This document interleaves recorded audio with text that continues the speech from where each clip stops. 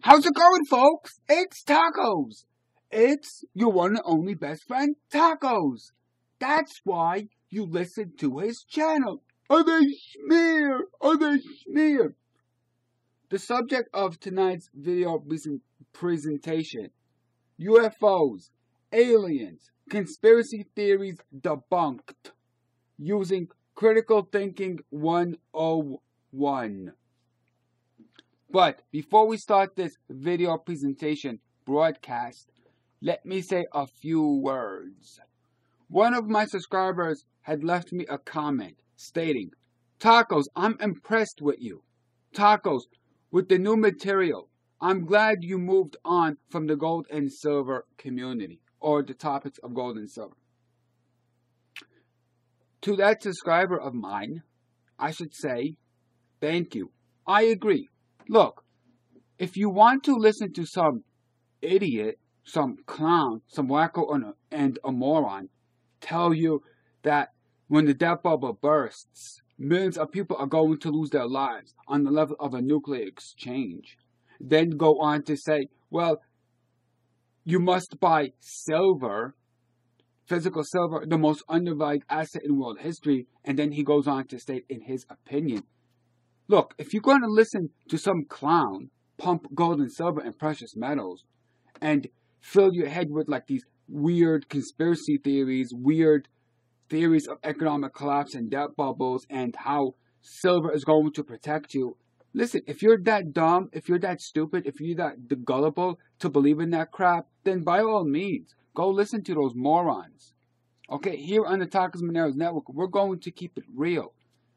So, to my subscriber that commends me from moving on from the gold and silver and the economic community and discussing other topics such as UFOs, aliens, etc., etc., etc., I say thank you.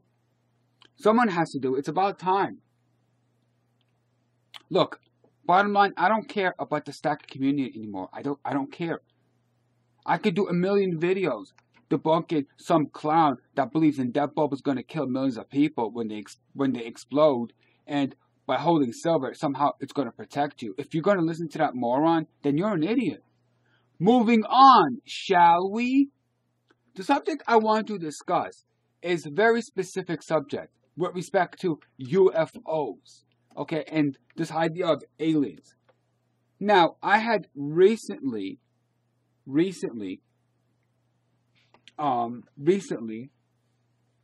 been introduced to this individual named Alex Kohler, which I have never heard of up until a couple of days ago.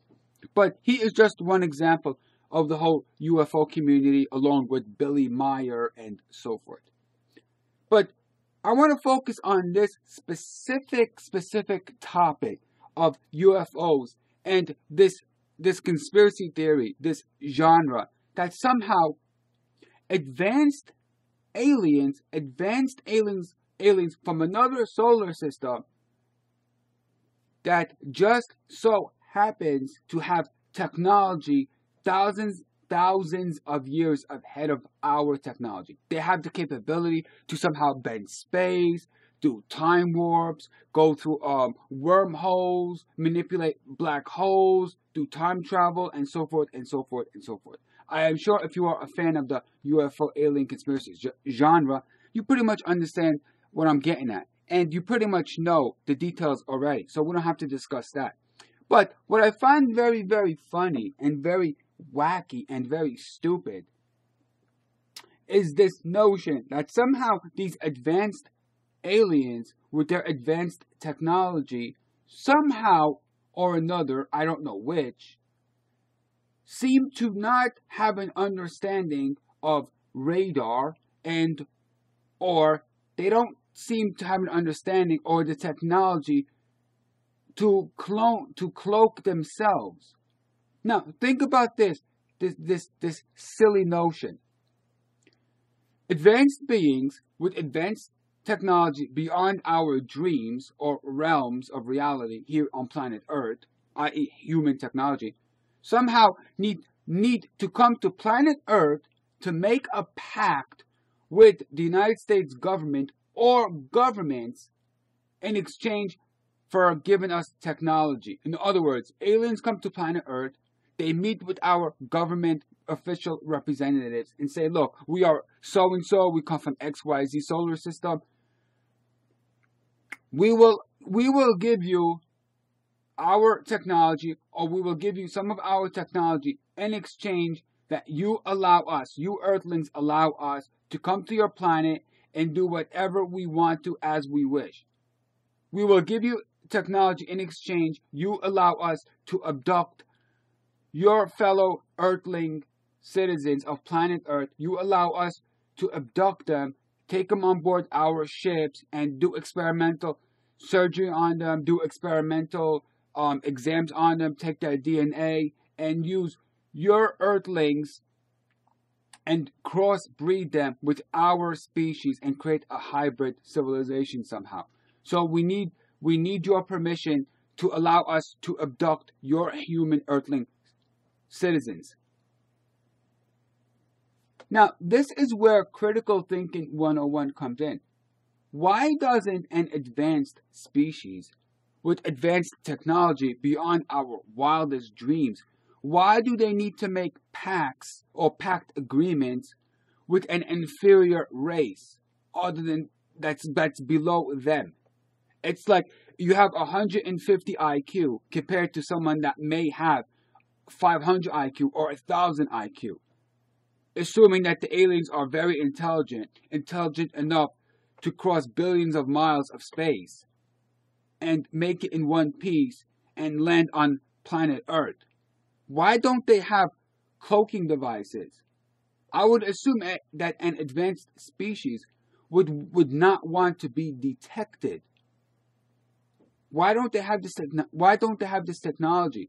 Now, I would assume that an advanced species would have the ability or the capability to come to and fro, do whatever they want at their own wishes, at their own behest, and do it undetectably, or undetected.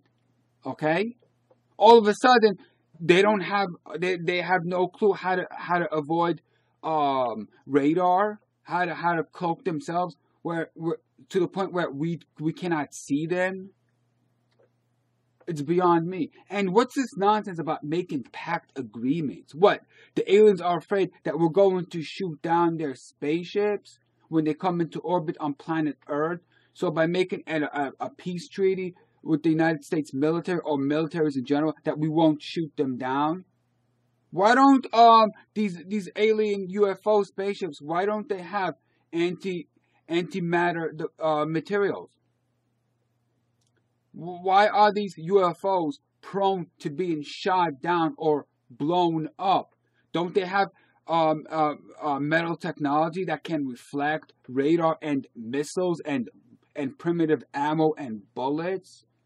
They can travel billions of miles, but they cannot prevent themselves from being shot down. Very funny, very strange. And I find it funny because the true believers, they never question this. They don't question using critical thinking. And let me get to another point before I run out of time. This whole idea of aliens need to abduct human beings in order to run tests on them and create a hybrid race, using the human race and their race in combination in order to preserve their race. Now, what would make more sense for an advanced alien species? Wouldn't it make more sense if these aliens would have just did a round trip and invade a fertility clinic, okay, raid a fertility clinic, steal all the embryos, all the sperms that they could conceivably imagine, do a one-time trip, raid a fertility clinic, gather up all the samples, take it back on board to their mothership, and fly away and do whatever they want with these embryos, with these human embryos. They can create hybrid races for themselves, either on their planet or on Mars or on the dark side of the moon or whatever have you. Why would they need to go why would they need to go on a case-by-case, individual basis, abducting human beings? And for all this, they need the approval of the United States government or governments in order to carry out their agenda of abducting human beings? I would assume that an advanced species would say, look, Earthlings, we don't give a fuck what you say. We're far superior to you. We can do whatever we want at our own will. You can't stop us. You don't have the technology to stop us. We're going to do whatever we want. But it's funny because they need approval. They need the okay in order for them to do that. Why not just raid a fertility clinic one time? Come, bring your biggest ship, your most powerful, your most advanced UFO ship, spacecraft, whatever you want to call it. Do a one-time round trip, okay? Just like I go to an airport, buy my ticket, do a round trip, do a one-time round trip, gather up all the samples. No need to make pacts with anybody. No need to have any agreements. Please, Earthlings, don't shoot us down. We need to do this, and we'll give you technology in exchange. Just don't shoot us down. Very, very strange. Very, very strange.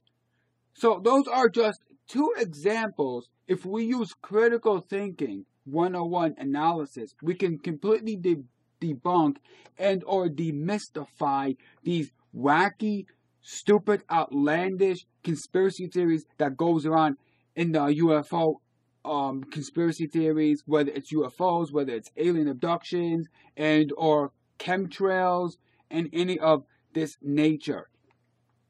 It absolutely makes no sense. It defies logic. But yet, I watch these UFO conspiracy videos, these channels on YouTube, not because I believe in this stuff. I mean, look, as a disclaimer here, as a side note, I love conspiracy theories. I love UFOs, I love aliens, I love alien abductions, I love science fiction. So when I listen to these videos and I watch these videos, I'm basically watching for entertainment. And hopefully I can get enough information and debunk these outlandish, stupid stories, which have captivated the minds of millions of true believers. And let me discuss a little bit about Billy Meyer case. This is a one-armed man who's in touch with the Plejarians, of whom have been giving him information. He's basically, in essence, a prophet. He's considered a modern-day prophet in communication with these alleged alien Plejarians, which I had discussed many times in other videos with respect to Billy Meyer case. I mean, if you break down the Billy Meyer case and you break down the photos in that wedding cake photo that Billy Meyer's alleged alien companions, Asket and Simziazi, are alleged to have flown in or fly in to communicate with Billy Meyer, and he had been taken aboard this famous wedding cake photo, which is an actual UFO according to him.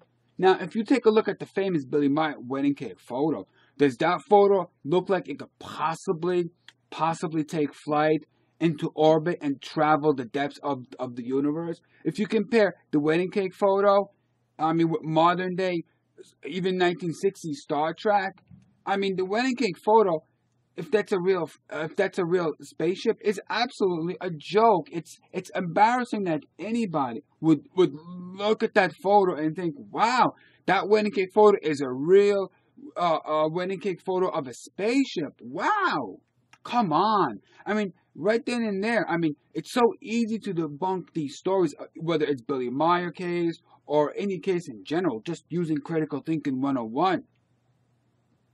Absolutely, absolutely astonishing. Now, why do I make videos like this? Why do I exist on YouTube? Why do I create these type of videos? Well, I do it because, you know, to be honest, I love debunking these stories. I love teaching people how to think critically 101, how to get people to think. That's basically my motivation in life. I love doing it. It's Tacos signing out. Just here to teach you something about yourself and critical thinking.